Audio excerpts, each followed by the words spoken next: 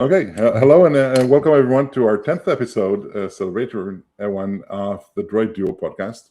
David is here with me, and we're going to talk about lots of stuff today. We're going to start with covering the Meta versus Google and Google lawsuit that they lost on safety online. We're going to talk about how that means for brands. We're going to talk about brand strategy in AI, and we're going to talk about David's recent Harvard Business Review article talking exactly about that. David, anything to add? No, let's jump right on into this Meta and Google lawsuit, because this is a harbinger of what's to come. All right. Yeah. So yeah. LA jury, this was a civil case about social media addiction. And a woman, I think she was in her 20s, sued multiple social media platforms: Google, Meta, TikTok, Snapchat. There might have been one more, but some of them settled before going to trial. Google and Meta, which was a smart thing to do for multiple reasons, not just the dollar amount, I'm sure was less, but also the discovery process of what we got to see about what these companies knew. And the precedent, yeah. And the precedent that was established here. So $6 million in damages. And I believe Meta is responsible for 70% of those damages. But the precedent that was set in this case, this was a defective design finding, that the platforms themselves pose a risk, and that risk was not disclosed to its users. Yeah, and the thing is that at the point that it's estimated to have like 2,000 lawsuits at the wait to go, and I think once it's going to start, it's going to be more and more people joining, because there was actual damages here. And I forgot who did that paper. I think it was a group that was monitoring Facebook and trying to shift people to being more I think was more depressed, and the emotional contagion. Yes, and they didn't have IRB approval before doing that. That I was not aware of. Yeah, but the key finding there, just being exposed to negative messages in your newsfeed adversely affects you. Yeah, and I can easily see how the IRB will never approve something like that, because you need to prove that no one will be affected. But so they knew this for a while. There were studies showing it for a while. There were studies showing that scrolling through most social media platforms, except from YouTube, which could be argued whether it's social or not, lead to depression. And now it's out and about. And I think most of the things that they thought they were protected by Section 230, which is grants platform immunity, saying like, oh, this is not what we posted, this is what others posted online, we're not liable, we're just moderating the content. Yeah, this case was kind of the test case of, is this new argument kind of the workaround of Section 230 going to work? And so just very brief history lesson on this. Section 230 came about in 1996, 30 years ago. There was a legitimate reason for it. These burgeoning platforms could not realistically do content moderation, right? Like we did not have the technology to be able to moderate the volume of content that they were going to have to police. And so the government said, okay, well, you're a growing business, we're not going to hold you responsible for what others post. Well, this was before machine learning. This was before deep learning. Fast forward 30 years, guess what? We can do content moderation at scale. But the regulations haven't kept pace with the improvement in technology. And so this civil case was being considered the bellwether that this is the workaround, saying, we're not going after you based on the content that we're exposed to. We're going after you based on the algorithm that serves us the content. It's the architecture's fault. You're driving this content. No, that content might exist there, but you're benefiting from driving this content to people. Right? How are these algorithms designed? And whether it's Meta or take Netflix, the algorithms are designed to keep you on the platform. Yeah, and again, it's more than that. It's like, what was it? Meta's Project Mist that found that kids with adverse experience were most likely to get addicted. It's like those poor people, those people that suffer the most. And we talked about this in AI point of view. those people that has the least amount of protection are the ones that will get the most damage. Yeah. And so one of the reasons we wanted to kind of put this in front of you guys is because what does this mean for AI? Take character AI. We've seen that lawsuit already of a chatbot that contributed to a teen's suicidal ideation. What responsibility does that chatbot developer potentially have? Yeah, according to that's a design defect. Yeah, and if those algorithms are now products, right? As you said, That's character right. AI and all those things are like products. Like, even Cowork, I've been using it a lot. It's a product. It's not something that derives some sort of mythical thing to your computer. It's like a service that you're using. What does it mean for those engines? So I had a guest speaker in my undergraduate class this week. Our attorney friend, Juliana Nielbauer, was visiting. So our, the purple droid back from several episodes ago. And she was walking through this case through the lens of an attorney. And again, we came to this conclusion that any platform that relies on an algorithm now has to look at that algorithm and think about, what are we going to be responsible for? So for example, with character AI, with ChatGPT, with Claude, if you don't have sufficient guardrails in there, is that negligence? Yeah, it's a strong question that I think would be critical, but it's not just for those new brands. I think about, again, every brand that now deploys a chatbot, right? Like most of them are so proud, and we'll talk about this soon on Pernod and all the other companies that are using AI platforms. They're all at risk in this point. Like, you cannot say this was the AI. Absolutely. So this is something we're going to see more of those cases coming up. There is going to be the consolidation of those 2,000 plus lawsuits. So there is this question of, is this the big tobacco moment for big tech? And yep.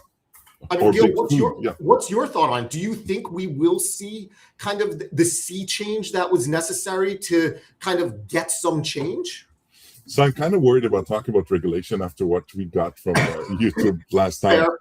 And I really don't want to talk about the current administration, but I think this would require some heavy-handed from the government, not just from our courts, on guidance. What is proper, what is right, what are your liabilities and responsibilities of a brand deploying an AI? And if you're gonna wait for the courts, it's going to cost you a lot of money. And I see but many areas try to self-regulate before the regulators jump in.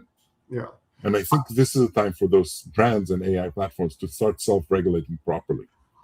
I want to share my screen for a second, because I want to share, those of you that are interested in kind of technology's impact on society. This was a book that I had read maybe last year. I have it too. Yeah. Have you read it? Not yet. You should read this, and then we need to talk about it. But it's called The Future, and it paints this picture of a world not all that dissimilar from ours, where a handful of large tech companies have a tremendous sway on society, and individuals that are close to the leaders of those companies decide, we need to do something about this in order to avert the impending disaster. Oh, you mean not making money on Polymarket from those things? So, yeah, if you're interested in kind of taking a look at kind of the potential impact that tech can have on society, and an alternative future where some brave people decide we're going to try to change it, I would encourage you to pick this up. We do not get any affiliate fees, so we have no self-interest in promoting it. I just think that it's a good read. Yeah, I had several people recommend it to me. It's like waiting on like a dozen books that are on their way to being read. But to make sure that we stay away from the potential call for regulation, I don't think honestly at this point, I'm not sure that even matters, because it's the financial impact and the reputational impact that this can have on the tech companies. I think we're at a moment, at least in the US, where there seems to be growing animosity toward big tech. Yeah. And that doesn't bode well for those cases that are going to be coming down the pipe. Well, the leaders of big tech are not helping themselves here, I have to say. Musk and Bezos and the others are not looking good recently. And right. Well, and that I think that public image is part of what's fueling this. Yeah. And the thing is, we've talked about this in the past. It seems like Anthropic is the most stable of all these companies ethically. They had the leak that we're probably going to talk about in next episode or something like that. That the entire Claude code leaked out and was on GitHub, getting it 1,500 stars last time I checked. Oh. Yes, though I would not download or host this, but some companies are more safe and secure and thinking about the customer, and I think it's thinking about more themselves and how do you make money in this environment. Yeah. They're not in the money yet. All these companies are losing a lot of money. Right. I just saw this week that someone using the $200 package for Claude was using the equivalent of $27,000 of computing power. This cannot go on for a long time. Well, and employees are being evaluated in terms of the tokens. That they use. Who said that if you're an engineer making $500,000 a year, you should use 250,000 worth of tokens every year? Like many companies, or like Oracle and Anthropic and others, are talking about like not having coders anymore, but code supervisors and like visionaries that like challenge, and like it shows that. Did you notice how many products Anthropic has launched since they stopped using coders? It's like this vision that moves on, but again, if you're moving products so fast, you need to remember that some of them products are like AI demos that are not suitable for like a production pipeline. No, absolutely. I mean, it's great that, look, I'm not a coder, but I can come up with demos left and right. You know, I've got a team, I've got a class of undergraduate students, again, most of them coming from or all coming from business backgrounds. Very few of them have any coding experience, and yet they're building prototypes, throughout the class. We did a hackathon a couple of weeks ago with fundraisers that all built prototypes for how can I augment the work that I do. So it's one thing to build that prototype. It's another thing to commercialize that. And, Gil, you and I both come from kind of the customer lifetime value CRM space from, years ago. I haven't done work on that in a while, but that may be something that brands need to consider with regards to, customer perceptions. It's not. They have to. Well, they should be. I'm not sure that that they necessarily are. It's one thing to say, how many active users do I have today?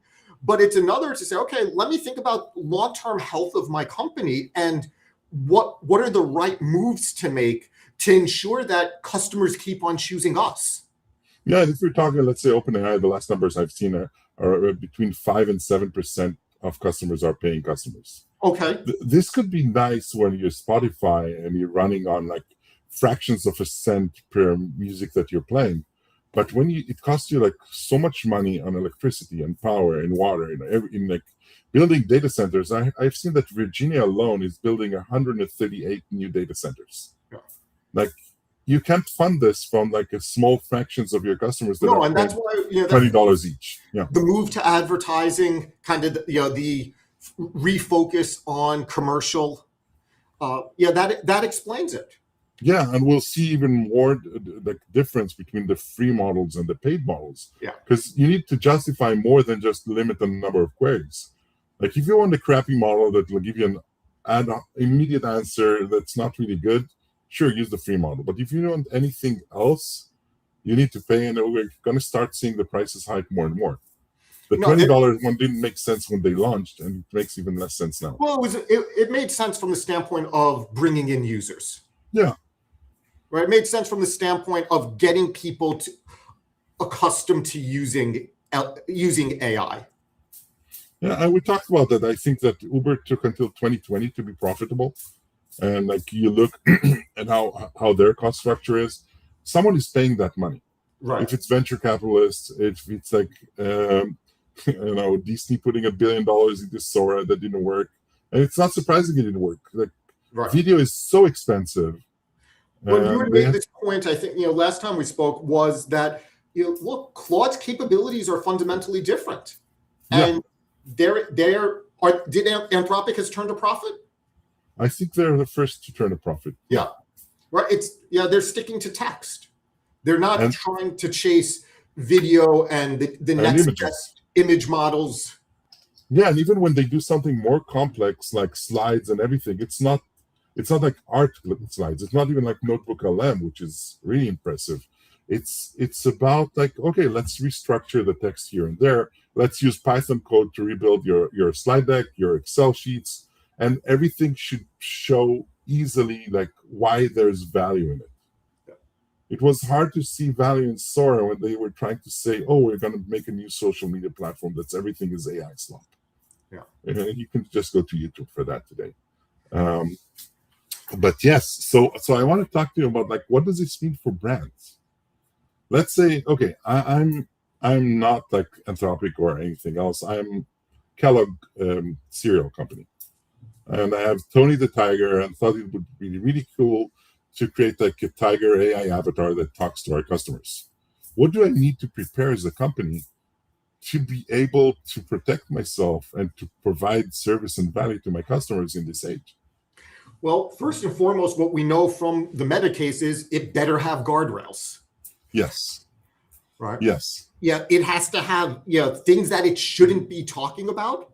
And possibly it should have reporting. If someone talks about potentially harming themselves, should that information be routed to someone? No, right? But then it's also got to be fundamentally imbued with that personality. What does the brand stand for? We need to make sure that this avatar that is going to be representing the company, needs to be on brand 100% of the time. And I think it's something you cannot vibe code. I'm sorry. There's something that has to be really thoroughly tested and like deployed in like a test field or A/B testing or whatever before you launch it. Yeah. And managers don't understand this and like don't have the patience for this. Well, I mean, we go back years ago. Was it Microsoft that launched the Tay chatbot? That was turned into a racist misogynist in 24 hours? I think it was a bit less than, Okay. So, if brands want to dive into kind of AI representation, whether it's an informational chatbot, whether it's customer service, right, or kind of guiding people through the customer journey, you're going to have to think about how is that chatbot responding to the questions and the comments that it gets? How malleable is it based on the interactions that it's having with individuals? So I want to use this as a segue to your recent article, like we published, like when was in this episode, in this issue of Harvard Business Review. It's in the print version. You can go and buy the journal today, and you're talking about preparing your brand for Agentic AI, which is August Acar. Am I saying his name right? Yep. Where is he from? He is at King's College. King's College in London. And you wrote together, it's in essence, a very in-depth guideline for brands on how to prepare themselves for the Agentic AI, right? Yeah, so I appreciate that. And this was something that Oz and I had started working on several months ago. I think might have been late summer that we had submitted the first draft to HBR. And there's a little bit of a lead time necessary for articles going through the print edition compared to the digital edition. So that's why it was the longer cycle. But I was glad that as these changes were happening in the AI space, I was frantically emailing Oz. I'm like, do you have any update yet? Because I was worried that what we were talking about wouldn't be relevant anymore. And I think I don't think we're as cutting edge as we wanted to be with the timing of the article, but I think we are still in the time of it being relevant. And this is let's bring it back to basics. You and I are both marketing professors. This is about the brand, right? Yeah. This is about the brand figuring out, what do my customers want? How do I effectively engage with them? And one thing that we talk about is, the fact that most brands, from our experience, aren't ready for this. I think, one of the cases that we kicked off with, I'll put this before. Okay. Yeah.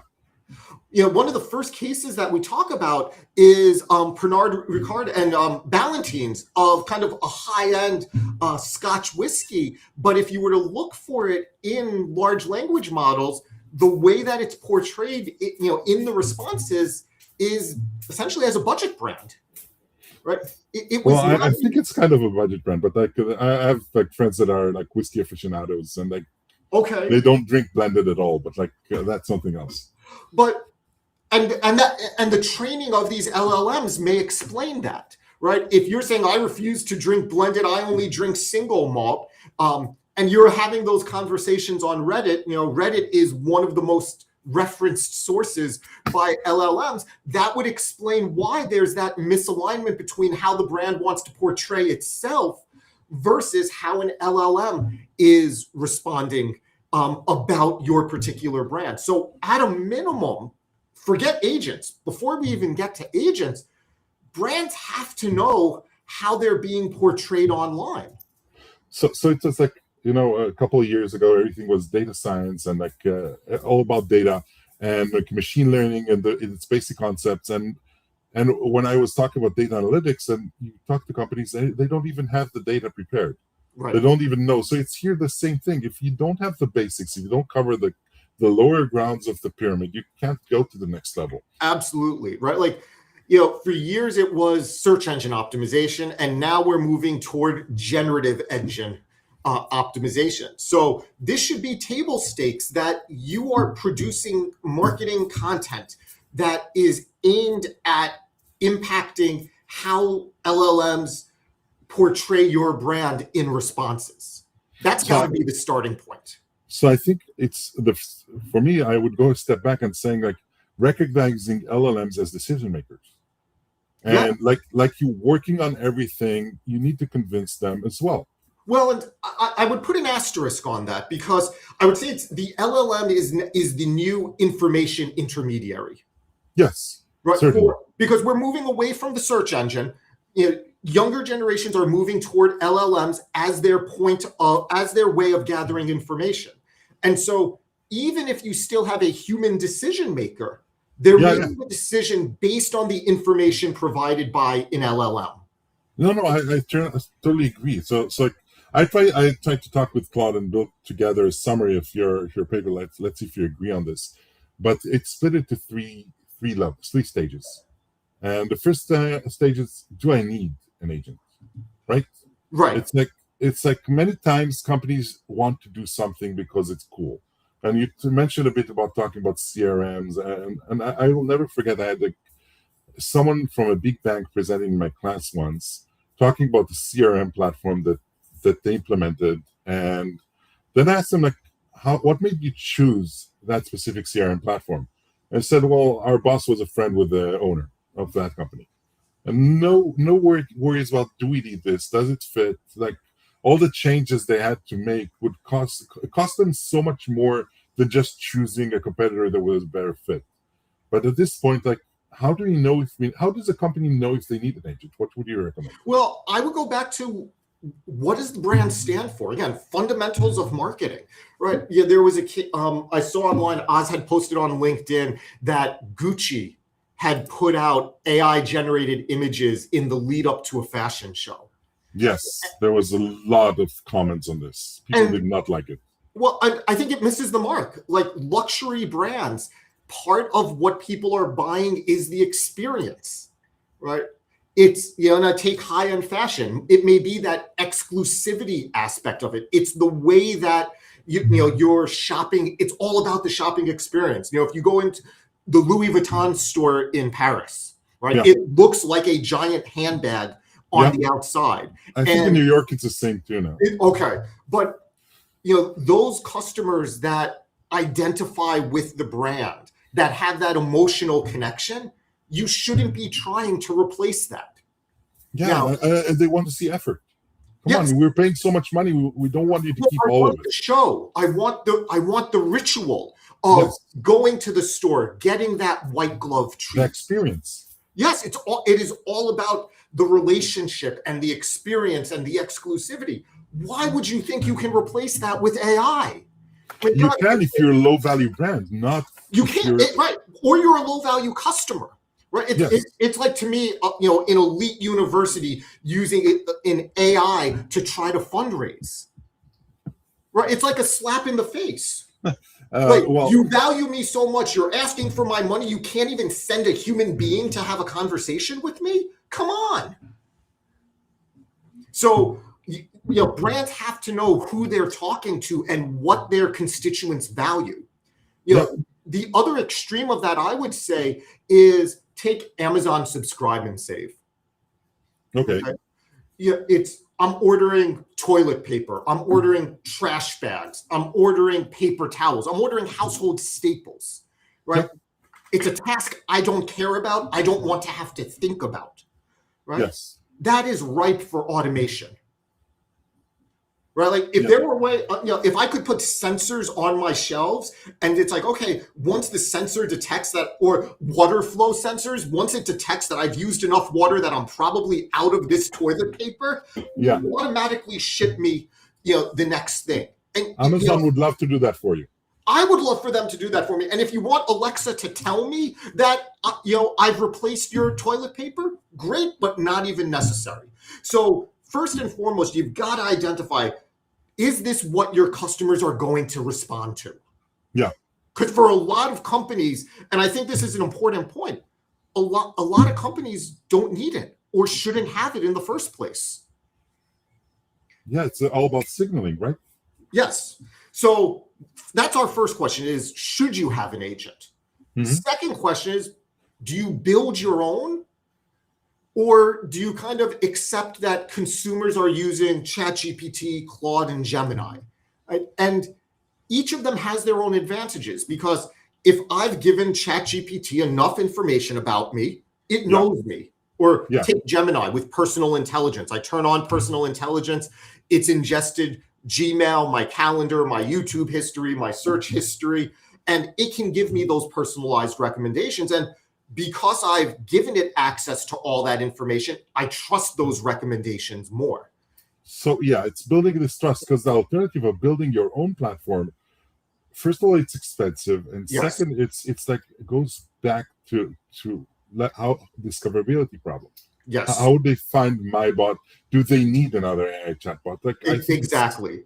And so the choices here become, well, one option is, do we build our own agent?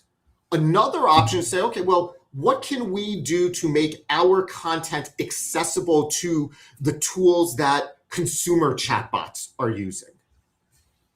Right? Yeah. And the downside with that latter approach is data, right? Is that I'm not going to capture as much data from the consumer if it's not my chatbot, right?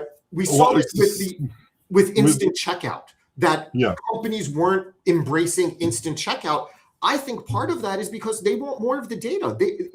They want to own the relationship with the customer. And when you allow a third party to conduct everything, you don't get that same level of insight.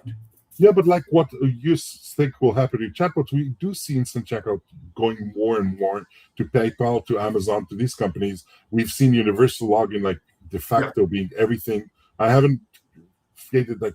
Did you create a new account for a platform, or just like click connect? I'll use my Google credentials for a lot of platforms. And the companies don't get the data. This is why they'll try to collect more data during your experience within the store.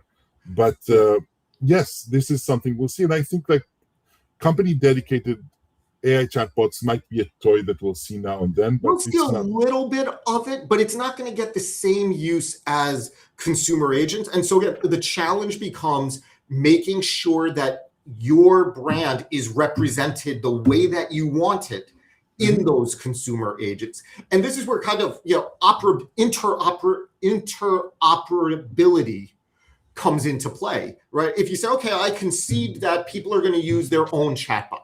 Well, how can my content interact with that chatbot in a way that favors us? And so this comes to the stage 3 of winning the algorithm.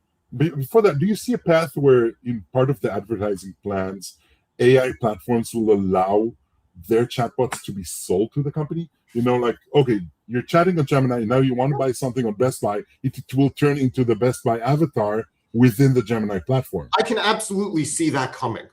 Yeah. Now, the question becomes, though, and I don't know, this is something I don't know the answer to. Suppose I'm saying, okay, I'm looking for electronics. Well, do I get the Best Buy chatbot or do I get the Amazon chatbot?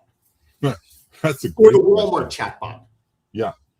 So, because that is a form, that's a subtle form of advertising. Yeah, or you get your agent negotiating with those 3 chatbots. I think that's more likely. Yeah. Right? And now, one of the things that we talk about in the article is, all right, what does the future look like? We'll jump over to this graphic. There are still going to be cases where it's humans interacting with humans. Again, take our luxury brand situation. I think that is going to mostly remain human to human interactions, right? Yes. We're going to have cases where it's AI from the human, or AI from the customer interacting with a human agent for brands that have not yet adapted AI. And we could have vice versa. Right? Yeah, it's going to be very costly for those brands. It will be. I don't see that as stable. Yes. I do see the scenario that being stable of human consumer interacting with the brand agent. Yes. That I see as stable. Agent to agent and human to agent will be sustainable. Yes. Ultimately, agent to agent, I think that's where we will see things gradually move, especially for low stakes decisions. Yes. Well, as you said, why do I care about this like toilet paper? This is going to be a hit for Charmin or those kind of companies that have built years on building a brand in those fields. And absolutely. So I'll tell you what happened for us is, we just have too much to do at home. I used to do this kind of the household stock up at Target, and I would buy the Target brand. Target does not offer a subscribe and save. Yeah. Right? I don't subscribe to Amazon because, again, I don't have a Prime access, and that's a whole different conversation. But because Target does not offer subscribe and save, my options were build a routine to automate ordering things from Target on a regular cadence, or switch over to Amazon and buy let me guess what you did. That's what we did. Yeah. It's path of least resistance. And as agents become easier, as people become more familiar using agents. Yeah, right? And losing patience for, I shouldn't be doing this. Right. But now, you still have to build your agent. It's not that hard, but you still have to do it. So I was when does it become the default? I was looking for a part for my water cooler. And it was a hard part to find, and I probably gave up on it. But I was talking to Gemini to find the part, and I posted pictures and I identified everything. And then it sent me to search on eBay for this brand. And I told it, why am I doing this? Isn't this your job to do? And we're losing patience. These are jobs that AI should be doing, not humans. Well, as soon as you began searching for this, it should have been, I found this. Do you want this? Yes. No. Yes. And I think this is why ChatGPT also closed their shopping assistance tool, like another one to the graveyard. It's going to be fun to follow all those things. I wonder if Anthropic ever shut down a tool. I don't know. Because chat does it daily. And if you're focused on the way, if the tool needs to show an ROI, this is what people will use it for, I think it's less likely they'll shut it down, at least a short We may have at some point, it's like, oh, I need this part. Okay, let me have it 3D printed for you and shipped to you. Oh, this was also one of the recommendations. But he just wanted me to 3D print it on my own. 3D printing is a whole big thing. That's a whole separate conversation that we could have as far as how disruptive that's going to be. Yeah, and I think it's going to be big, especially when printers are becoming cheaper, more affordable, and 3D printing in color, in real and color, with different materials. Yes, is already happening at bamboo printers and like those affordable sub-$1,000 printers, and that's going to be very interesting to see.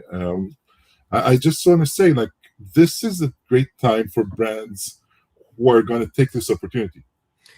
But it's a window. Yeah, it's closing, as the image shows here. Like, there's not a lot of time that a brand could really take advantage of what's going on. So let's sum up with some key takeaways of what we talked today. I think it's like, first, you need to have this trust with the customer, right? You cannot leave the customers, like always, you cannot send them to search on Reddit for your products. Well, I would circle back to where we started talking about Meta and Google and the potential impact on AI chatbots. At the end of the day, if you don't have consumer trust, you're going to have a problem in the long term. I agree. So yeah, I want to show one last thing, because we did start a new playlist on our YouTube channel, and I want to show the announcement video.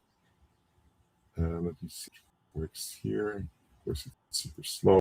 Could have just shared the channel, but so what we're going to do is weekly we have that on Monday or Fridays, like summing up the week or summing up the past week, and the little droids will just share some of the news that happened. Oh, I don't see it, Gil. I know. It's like something's okay. It's processing it.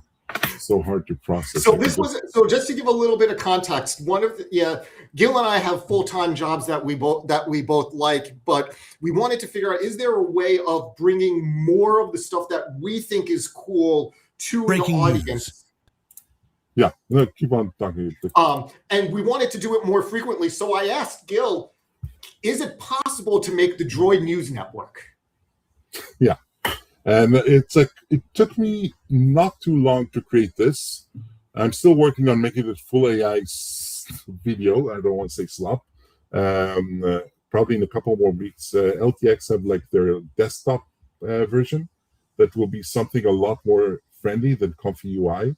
At this point, it's only for a stronger graphics card, but like they might launch a friendlier version in a couple of weeks or months, and I hope that my poor 4080 would be able to run this. But at this point, it's scanning the internet for videos. It's connecting to 11 labs for the voice of the speakers. And yeah, let's just see the announcement video. We have a major announcement. Oh no, are we being deprecated? No, Pink. We are launching a weekly show. A show? Like a real show? Every Friday, we will cover the biggest AI news of the week. Every Friday? That's like 52 episodes a year. Correct. We will report on breakthroughs, disasters, and corporate nonsense. Breakthroughs and disasters? That's just a normal Tuesday in AI. We will explain the news so humans don't have to read. Because reading is hard. Pink. Sorry. Reading is wonderful, but we make it funnier. Subscribe, or we will cover your layoff next. He's kidding. Are you kidding?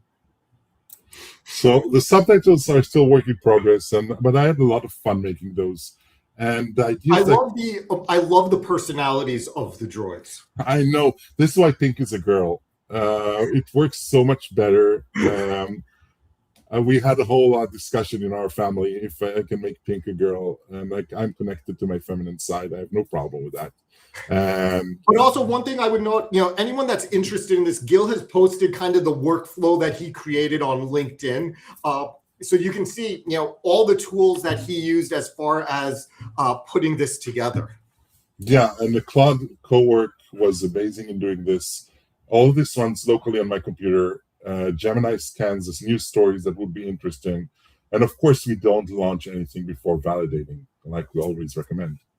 Okay, so I think this is enough for today. Thanks for listening. Check out the Droid News Network. Yeah, there's already a playlist online, and we'll